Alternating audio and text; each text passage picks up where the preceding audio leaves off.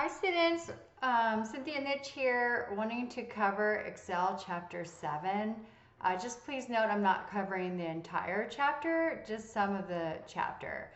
You can also do the entire lesson in Simnet, so you can see the ones that I'm not covering today. So what I am covering today is data validation. This is usually kind of like a database function. And all it does is you can kind of set a parameter of what you want to see or what you don't want to see in a column. And you would say, you know, you can only input numbers that are greater than 30. And then the ones that aren't greater than 30 can either be circled, or you could have a warning message or a stop message. So I'll show you that. And then this one right here, I want to show you the list function that's in data validation, where it has a little drop down arrow to the right of it, and allows you to kind of select from a list. And this list is right here. So this is the list of things in this business, and then you would say the location of the spa is obviously spa D or something. Okay, so let's start with data validation. On the prices. So I'm going to just highlight this whole column here, and I'm going to choose data, and I'm going to go to data validation. Then I'm going to do my settings. I'm going to choose whole number greater than 30. Okay? And then I'm going to choose OK. Now, if I want to see the numbers that are incorrect, I can choose circle invalid data, and it would circle there. The reason why it doesn't circle the blank ones is because in this I said ignore the blanks, but I could choose to circle them if I wanted to. So now I'm going to go back to data validation and clear those circles. I'll show you what the other two options are. So I'm going to click data validation, choose that. I still have this parameters. If I were to click input message, I could do greater than 30 here, and every time I would click on a particular cell, it would give me that message. It's a little much for something like this. It's used basically if you were to have one single number and you would change that. You don't kind of want that to show this same message over and over. It can get messy. But what could work is your error alert. You have 3 different errors. You have a stop that wouldn't let you move on until you corrected it. It would have a warning that would ask you if you want to move on. And then just an information one to say, hey, this should be this, but it doesn't do much. So let's look at the stop. So on the stop, I'm going to say cell or needs to be greater than 30. Okay? So it won't let me move on if something's wrong. So obviously this is wrong. So I'm going to click OK. And I'm going to, just for the fun of it, I'll do 29. And I'll press enter. And I'll say, no, it needs to be greater than 30. So retry. So I'll do 30. And it should give me an error message again. I'll retry. And then I'll do 31. And it'll let me. Okay? I could do like 25 here. And it's not going to let me do it. So I can cancel it. All right, so now I'm going to show you what the warning would be look like. So I'll go data validation, warning, and I'll click OK. So if I were to type in 30 here, it would just give me a warning, but it would ask me if I would just continue. If I click yes, it would leave it at 30, but it would just give me the warning that it should be that number. So I like data validations. When we do Access Database, we'll do more of this. So let's do this one. So what I want to do on this one is another data validation to go get the different list of the different locations, and then have this option to change them if I want. So I'm going to click on data validation, and I'm going to choose settings, list. I'm going to delete that just to show you what it looks like. So I click on this little arrow here. I select all of these as my options, and then I would click OK. I can ignore blanks if I want, but I'll just keep it like that, and I'll click OK. So now if you look at each one of these, of this information, I can click on it, and to the right of it will show me an option of my list that I created here, right? Pretty cool, huh? Okay, so that's list. All right, so let me just show you comments really quick. That's really simple. It's under review. And if I wanted a comment like, maybe I was gonna take short out, or maybe I was gonna take simple out and add it, you know, and say, hey, simple's gonna go away, and we're just gonna call it short from now on, or something like that. So I would click new comment, and I could write something, the category simple is going away in a week, or something like that. Press enter.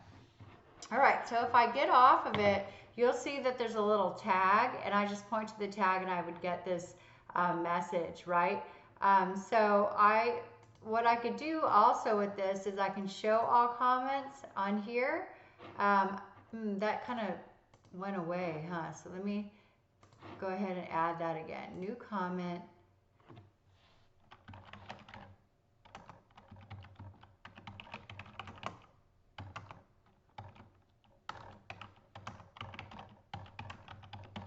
I'll say it's not valid after May, or something like that. Press enter.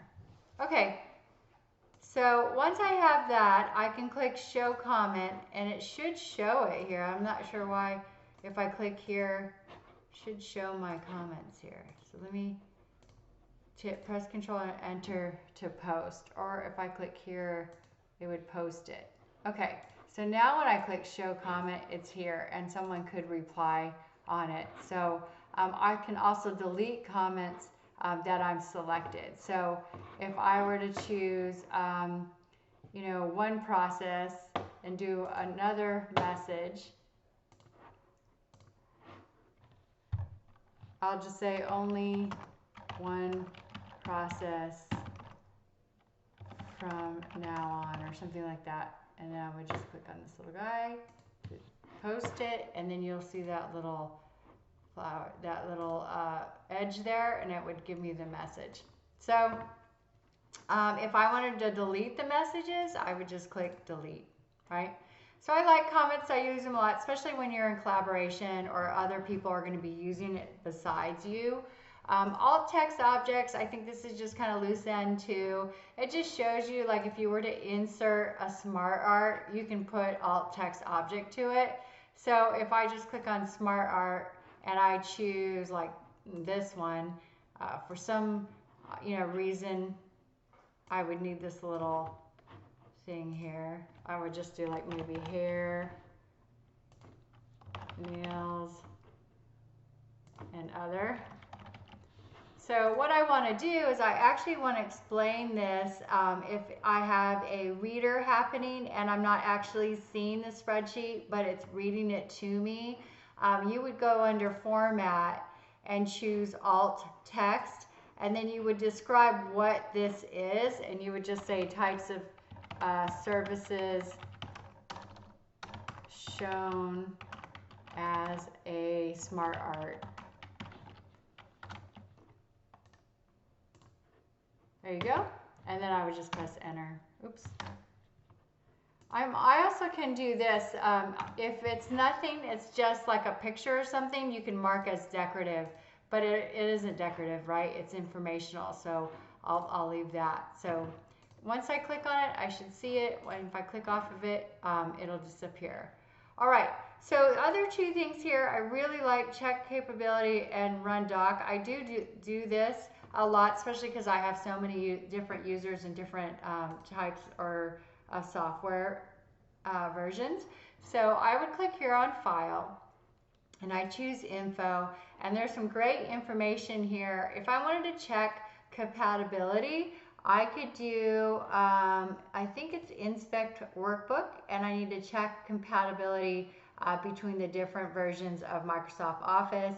I can also inspect a document if I'm definitely doing collaboration and I have a couple of comments in there that I want to delete because I'm going to send a final revision on there. I just want to make sure no one reads my comments except the people I'm working with. And so I could go inspect all, and then it'll inspect it for me, and it'll say, hey, you know, if there was comments, there isn't, but if there was, I could remove them. There's some property, personal information I want to remove, task pane, add-ins. No, I'm going to keep that. So then I'll reinspect. All right, so that would be check compatibility, run doc inspector. I can go to file again and information, and I would just go ahead and inspect. Oh, I already did that, sorry. Inspect document, check compatibility. I like this one, protect the workbook. I can mark it as final. I can do a password so no one could get in unless they had the password. There's some other things here too that I like. I can mess with these properties. I can add a title to it, like lesson 7, or I can put my name here.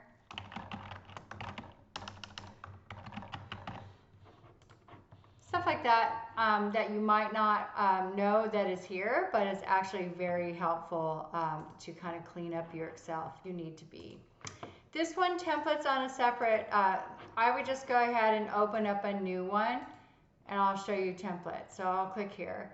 If I wanted a template, something that's already been created, and I just kind of want to work off that, I could do more templates here, and I could choose from all kinds of templates. I can also search, like if I want a template for budget, I would click there, and then I would see all my cool templates for a budget, and then I would create it. So that's another skill in Excel chapter 7. All right, I hope that helped you guys. If you have any questions, please let me know. Thank you.